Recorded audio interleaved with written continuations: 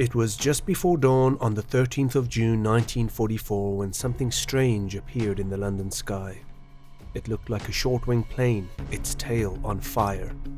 It was tearing through the sky at 350 miles per hour, the engine screaming, with a distinctive buzzing sound. It was exactly 1 week since D-Day, the first day of Operation Overlord. By now, the Allies had fully secured the beaches and over 326,000 soldiers had landed at Normandy, ready for the conflicts that lay ahead on the European mainland. Nazi Germany was on the back foot, and the people of London, who had survived a merciless bombing campaign between 1940 and 1941, were breathing a collective sigh of relief. Air raid sirens would still occasionally ring out, but over the last few months, they had all been false alarms. Until now. The buzzing sound of the strange aircraft suddenly stopped. Seconds passed in silence. Then, a massive explosion. It destroyed a railway bridge, nearby housing, it killed 6 people and injured up to 30 others in Bethnal Green in London's East End. Nazi propaganda minister Joseph Goebbels had warned that Germany was developing a series of Wunderwaffe, or wonder weapons, revolutionary superweapons that were poised to turn the tide of the war. Soldiers of the British Army's anti-aircraft command had been told to expect German retaliation in the wake of the D-Day landings, and it had arrived. London had just been hit by the first of the Nazi vengeance weapons, the V1 flying bomb, and there were more to come.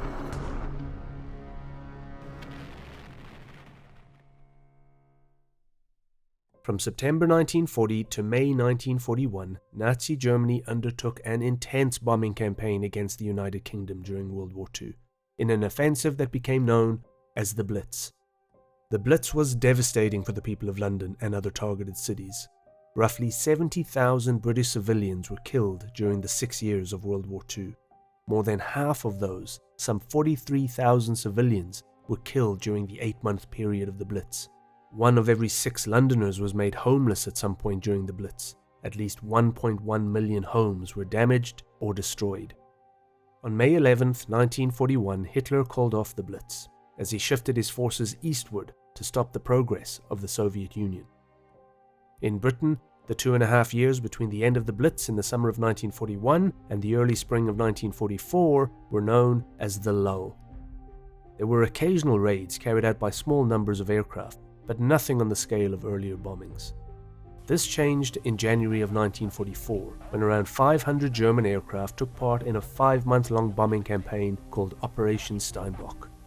Londoners came to call these attacks the Little Blitz or Baby Blitz, but the effectiveness of air and ground defenses, the relative inexperience of the German bomber crews, and the sheer lack of bomber numbers meant relatively minor damage and few casualties were inflicted when compared to the Blitz of 1941. Altogether, around 1,500 people were killed and around 3,000 were seriously injured.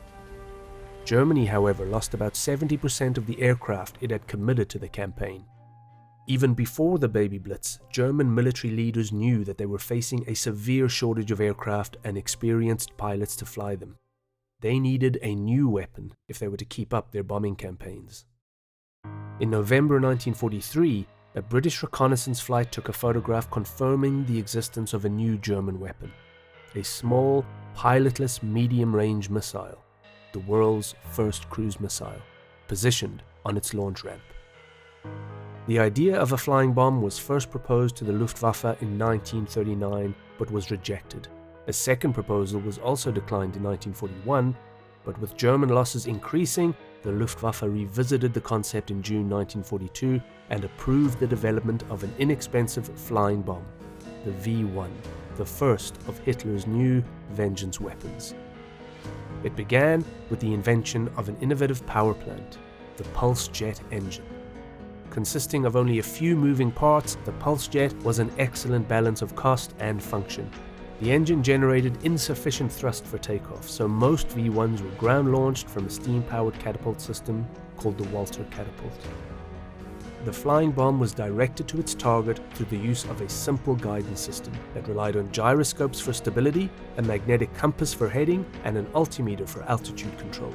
An odometer driven by a small propeller-like device in the nose was used to track the distance traveled. When the target distance was reached, a mechanism was triggered to cause the bomb to dive. The dive would interrupt the fuel flow, causing the engine to cut out. This silence was what the people of London came to fear. It meant the bomb was falling. The V1's warhead was 850 kilograms of amatol, an explosive mixture of TNT and ammonium nitrate. The V1s were not very accurate, but they were never intended to be strategic strike weapons. They were terror weapons. Harold Chisnell of the National Fire Service in Twickenham, where the first V1 fell, said, "I think it was damage to morale more than anything, because you saw those coming over and you waited for them to cut out, and you didn't know where they were going to cut out. And I think that was the worst thing for morale." Soon, over 100 V1s were launched against London each and every day, causing anxiety in the Allied leadership and an exodus of over 1 million Londoners. By late summer in 1944, British air defences were reorganised with increasing effectiveness, resulting in most V1s being shot down or crashing on the way to the target. When the Allied armies broke out of Normandy and overran the Channel coast up to Belgium, they captured the catapult used to launch most of the V1s. The attacks from France stopped. But a new V weapon was about to arrive, the world's first ballistic missile, the V2. Unlike the noisy V1, the V2 travelled at the speed of sound. It was impossible to intercept, and at those speeds there was no warning. The sound of the rocket would reach you at the same time as the destructive force of the explosion. As far back as 1928, Wernher Von Braun was obsessed with rockets and space travel. In 1933, the year Hitler became Chancellor of Germany, the aerospace engineer agreed to conduct research into the use of rockets as military weapons. Von Braun and his team developed and designed the Aggregate or A series of rockets, culminating in the A4. This was the version of the rocket that would carry a 1-ton payload of high explosive and become known as the V2. The rocket's horizontal range was about 320 kilometers or 200 miles, and the peak altitude was roughly 80 kilometers or 50 miles. However, on June 20th, 1944, a V2 reached an altitude of 175 kilometers or 109 miles, making it the first rocket to reach space. One of the most important new technologies developed for the V2 was an automatic guidance system, which operated independently of controllers on the ground. With the destination programmed into the onboard analog computer, once a rocket was in flight, its gyroscopes could continuously track the craft's position in 3 dimensions. Any deviations in course and rudders fitted to the fins on the side of the rocket would automatically adjust the heading and trajectory to keep it on target. The V2 was a massive technical achievement, and it was designed to be an even more decisive terror weapon than the V1 flying bomb, but the rocket was neither accurate, reliable, nor cost-effective. On the 7th of September 1944, the first 2 operational rockets were fired against Paris, but both failed due to premature cutoffs. The first successful launch was made at 8:30 a.m. on September 8th and struck the outskirts of Paris. Later the same day, the missile was deployed against England and hit Chiswick, a suburb about 6 miles west of central London. Figures vary in different sources, but somewhere between 3,200 and 3,600 V2s were sent towards Allied targets, mostly directed to London and Antwerp in Belgium.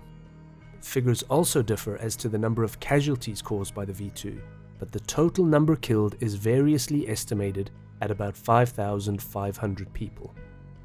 However, a far grimmer statistic is that at least 20,000 slave laborers and prisoners of war died constructing V1 and V2 weapons. In the case of the V2, more than twice as many people died in the production of the rocket than were killed by it in rocket attacks.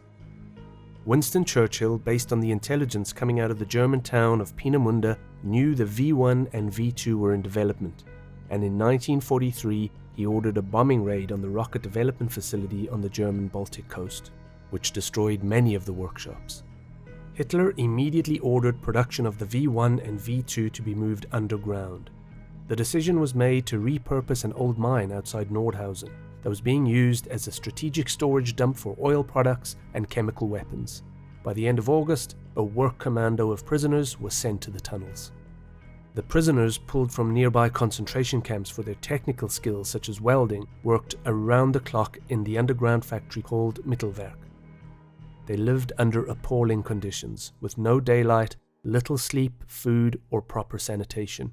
Cases of pneumonia, tuberculosis, typhoid, and dysentery took a dreadful toll. Many prisoners were executed for attempted sabotage. Eyewitness accounts describe prisoners being hanged from cranes above rocket assembly lines.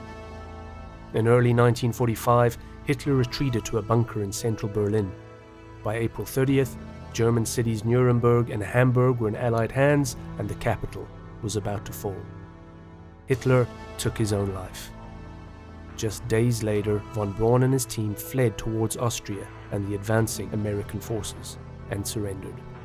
The Americans were very aware of von Braun and his work. Just a few months earlier, his name appeared on a list that was recovered from a toilet at recently captured Bonn University. As the Germans began to lose the war on the Eastern Front in 1943, the Nazis recalled many scientists and engineers serving ordinary military duties and set them to work finding technological breakthroughs that might quickly turn the tide of the war.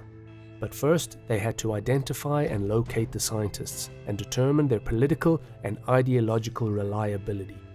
Werner Ossenberg, head of Hitler's Defense Research Association, was tasked with creating a list of the men who were politically cleared and should be reinstated to scientific work. In March 1945, a Polish laboratory technician found pieces of the Ossenberg list stuffed in a toilet in Bonn University in Western Germany. The list reached British intelligence, who handed it over to US intelligence. Major Robert Staver used the Ossenberg list to compile his own list of German scientists to be captured and interrogated. Wernher von Braun's name was at the very top. Field Marshal Wilhelm Keitel signed Germany's unconditional surrender on the 8th of May 1945, officially ending the war in Europe. America and the Soviet Union, despite fighting on the same side, had been uneasy bedfellows, and with Germany defeated, the Cold War began almost immediately. There was a rush to capture German technology, research, and expertise. The Russians got their hands on the V-2 rocket, but the US had von Braun. Armed with the Ossenberg list, a secret government program called Operation Paperclip was launched. Its primary purpose was US military advantage in the Cold War and the space race, and in that regard, Wernher von Braun was invaluable. Von Braun, along with roughly 1,600 other German scientists and their families, were brought to the United States to work on America's behalf during the Cold War. Von Braun was put to work on the US military's intermediate-range ballistic missile program. NASA was established in 1958. And 2 years later, von Braun joined the program as the chief architect of the Saturn V rocket. On Wednesday, July 16, 1969, von Braun stood in the control room at Kennedy Space Center and watched the Saturn V take the Apollo 11 crew to the moon, fulfilling his childhood dream.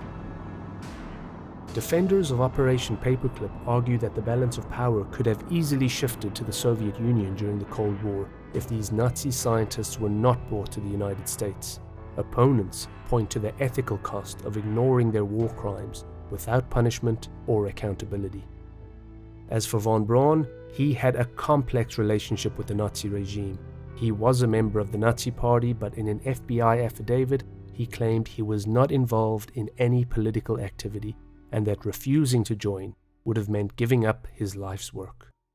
He admitted visiting the underground factory at Mittelwerk on many occasions and called conditions at the plant repulsive. He claimed he was aware of the treatment of prisoners, but felt helpless to change the situation. Prisoners, however, claimed that all the German scientists led by Wernher von Braun were aware of the conditions at the factory and the nearby Dora concentration camp and did nothing to stop it. Tom Goebbels, a Dutch astronomer and former resistance fighter, was asked to write a review of von Braun's 1994 biography. Goebbels' brother had died at Dora concentration camp, and years later Goebbels interviewed surviving prisoners from the camp who had been forced to build V-1s and V-2s. They claimed to have witnessed von Braun involved in numerous atrocities. There was a third vengeance weapon that was never fully deployed, the V3 cannon. It was a large caliber, long-range gun built in a truly enormous bunker buried deep in the hills of northern France, and was intended to bombard London with one projectile fired every 6 seconds from its 130-meter long barrel. It would have been the largest gun the world had ever seen. The issue with long-range artillery is the force required to accelerate projectiles to the required speed puts the barrel under incredible pressure, making firing in quick succession nearly impossible. The V3 solved this by using a multi-charge system that fired secondary propellant charges along the length of the barrel to add velocity to the projectile. But the technology couldn't support the project's ambition, and the V3 never materialized, although a scaled-down version did fire on Luxembourg just before the end of the war, with minimal results. Many believe that the V weapons came too late in the war to make an impact, and if the technology had been available earlier, the outcome of the war could have been very different. But in reality, they came too early. The V weapons were rushed into production. In the case of the V1 and V2, jet engine technology was too new and temperamental, as were many of the other component technologies. In the end, Hitler's superweapons were more propaganda than reality. Hitler lost the war in 1941, years before the arrival of the first V weapons, when he attacked the Soviet Union and declared war on the United States, with the result that Germany was stretched thin, battling the British Commonwealth and 2 other great military powers. It took until 1942 for the manpower and production imbalance to manifest itself on the battlefield, but as the war raged on, the Third Reich was steadily bludgeoned into submission. The V1 and V2 attacks in 1944 and 1945 were of no strategic benefit due to the lack of accurate guidance systems, and despite the civilian loss of life, they had little impact on the war. But without them, we may have never reached the stars.